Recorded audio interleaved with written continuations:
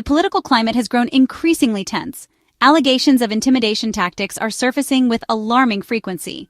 One recent case involves Democratic Representative LaMonicamciver of New Jersey. She now faces assault charges. These charges stem from an incident at the Delaney Hall Immigrant Detention Facility in Newark. Many observers perceive these charges not as legitimate law enforcement actions. Instead, they see them as a thinly veiled attempt to silence a critical voice. The context surrounding Delaney Hall itself is fraught with controversy, adding another layer to this unfolding drama. Newark Mayor Ras Baraka had publicly criticized the facility. He cited numerous code violations. He also pointed out that the facility was operating without a valid certificate of occupancy, a serious claim. Reports indicated that Mayor Baraka himself was blocked from entering the facility when he attempted to inspect it. This backdrop suggests a pre-existing tension between local officials and the operators of Delaney Hall, a tension into which Representative mciver appears to have stepped. Her involvement, it seems, was not welcomed by those in power. Critics argue that the evidence is flimsy. They suggest the prosecution is politically motivated. The timing and the individuals involved in bringing the charges raise significant questions.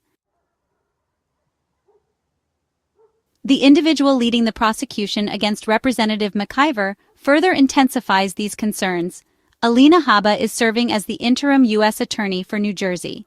This position alone grants her significant power. However, her recent professional history is what truly draws scrutiny.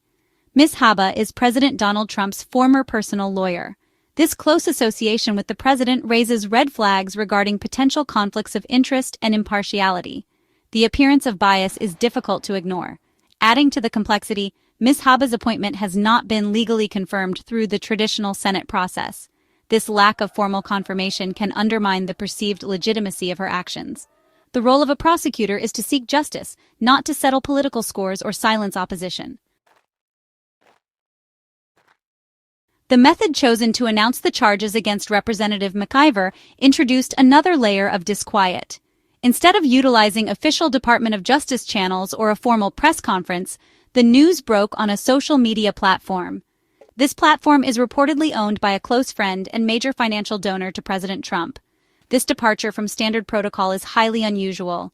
It immediately raises questions about the motivations behind such a choice. Traditional methods of disseminating such information are designed to ensure transparency and maintain the dignity of the legal process. This felt different. The decision to bypass official government platforms for a privately owned social media site with clear political affiliations is problematic on several fronts. It risks turning a serious legal matter into a partisan spectacle. It can be interpreted as an attempt to control the narrative from the outset, bypassing the scrutiny of independent media. Furthermore, it blurs the lines between official government action and partisan communication. This blurring can undermine public trust in the neutrality and integrity of law enforcement agencies. President Donald Trump's return to the White House has been marked by a noticeable escalation in rhetoric and action against various forms of protest.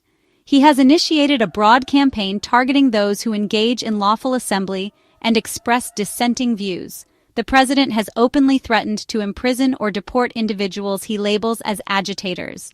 This sweeping term is often applied to those participating in demonstrations, particularly those on college campuses that have seen a rise in activism. Such pronouncements from the highest office in the land have a chilling effect on free speech and assembly. The focus on college campus protests is particularly telling.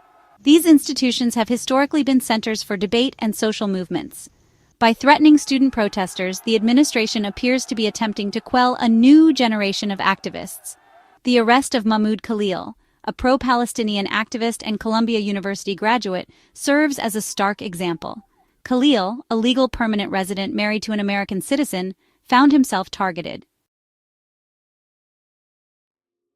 Section 5. Federal Agencies as Instruments. The Peril of Politicization. There is a growing concern that federal agencies, particularly the Department of Justice and the Federal Bureau of Investigation, are being systematically staffed with individuals loyal to President Trump. This effort appears designed to undermine the First Amendment rights of citizens by transforming these traditionally independent agencies into tools for suppressing dissent. The goal seems to be the creation of a compliant federal law enforcement apparatus that will readily carry out policies aimed at quashing opposition, regardless of their constitutional implications. This represents a significant departure from the expected neutrality of such institutions. The anticipated leadership at the FBI under Kash Patel is expected to reinforce this aggressive stance. Patel is known for his unwavering loyalty to President Trump. His appointment would likely signal a further shift towards using the Bureau's considerable resources to investigate and target individuals and groups perceived as enemies of the administration. Section 6. Local enforcement. A patchwork of pressure and allegiance. The influence of the administration's stance on dissent is not confined to federal agencies. It is also significantly impacting local law enforcement across the country. Many local police departments and sheriff's offices, often led by individuals politically aligned with President Trump, are increasingly adopting these unconstitutional policies. There is a discernible pattern of these agencies cracking down disproportionately on left-wing protests. This often involves the use of excessive force, widespread surveillance, and tactics designed to intimidate and disperse demonstrators, rather than protect their right to assemble peacefully. Specific examples illustrate this disturbing trend. In Kootenai County, Idaho, Sheriff Robert Norris reportedly collaborated with private security personnel to forcibly remove a protester, Teresa Borenpol, from a GOP town hall meeting. Section 7. Echoes of the Past. Historical crackdowns and their lessons. The current wave of aggressive tactics against protesters is not without historical precedent in the United States, though the current scale and rhetoric feel particularly acute. Even before President Trump's current term, instances of local law enforcement employing forceful measures against demonstrators were notable. The response to the Black Lives Matter protests in the summer of 2020 saw widespread use of tear gas, rubber bullets, and mass arrests in many cities.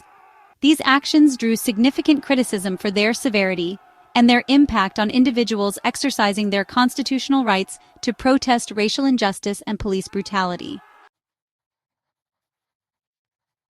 Section 8. The First Amendment Under Fire, a Fundamental Challenge. The tactics employed by the Trump administration and mirrored by aligned local law enforcement agencies constitute a direct assault on the First Amendment to the United States Constitution. This foundational amendment guarantees several fundamental freedoms, including the rights to freedom of speech, freedom of the press, peaceful assembly, and the right to petition the government for a redress of grievances.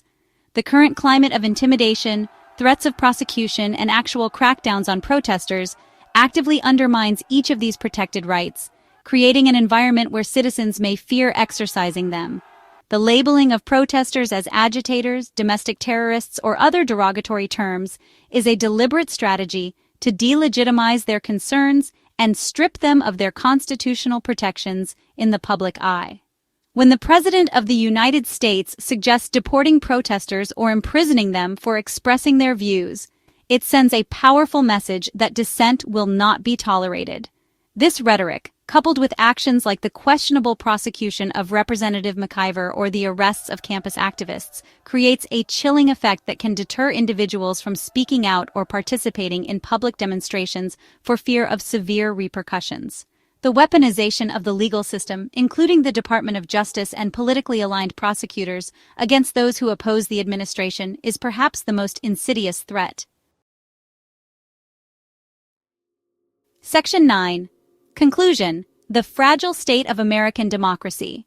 The prosecution of a dissenting congresswoman, the appointment of compromised legal figures, and the use of private platforms for official announcements paint a troubling picture. These are not hallmarks of a confident democracy.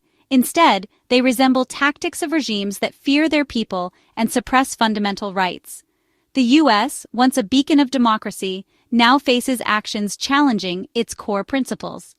If these events occurred abroad, American diplomats would condemn them as democratic backsliding.